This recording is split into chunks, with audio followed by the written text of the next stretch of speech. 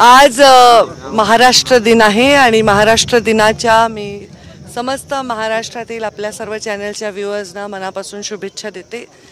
जालना जिल्ह्याचे पालकमंत्री म्हणून महाराष्ट्र दिनाच्या ध्वजारोहणाच्या कार्यक्रमाला आज मी इथे उपस्थित आहे आणि जालना जिल्ह्याचे विकास, त्याचं प्रगतीपथ आणि महाराष्ट्राचं प्रगतीपथ याच्यावर विस्तृत असं मार्गदर्शन आजच्या भाषणामध्ये मी केलेलं आहे। केंद्र सरकारने काल देशामध्ये जातीनिहाय जनगणना करण्याचा निर्णय घेतलेला आहे, काय वाटतं? खूप खूप खूप म्हणजे एकदा नाही, दोनदा नाही, 3 वेळा सरकारचा आभार आणि अभिनंदन।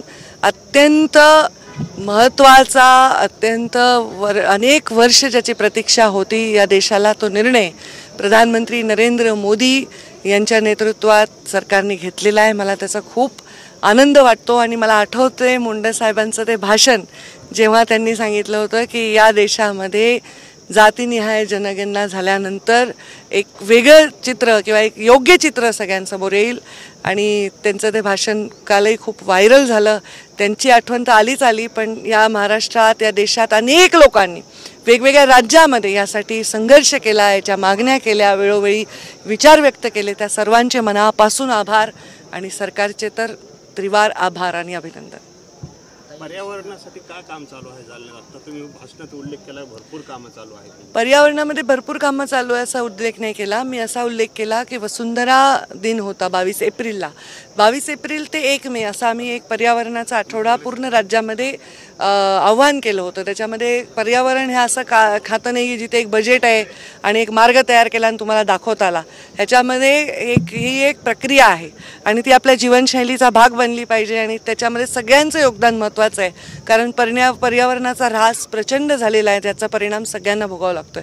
तर एक जनजागृतीसाठी सुद्धा आम्ही हा आठवडा समर्पित केलेला होता। एकीकडे तुम्ही ही सगळी जनजागृती करताय आणि दुसरीकडे सामाजिक संस्थांना उपोषण करावं लागते की अतिक्रमण हटवण्यासाठी। हे पहा, ते अतिक्रमण फक्त नदीमध्ये नाही आहे, तर ते सगळीकडे आहे। अतिक्रमण कोण करतंय? माणसंच करतायत आणि त्यांना कायद्याने हटवणं हे काम सरकार करते।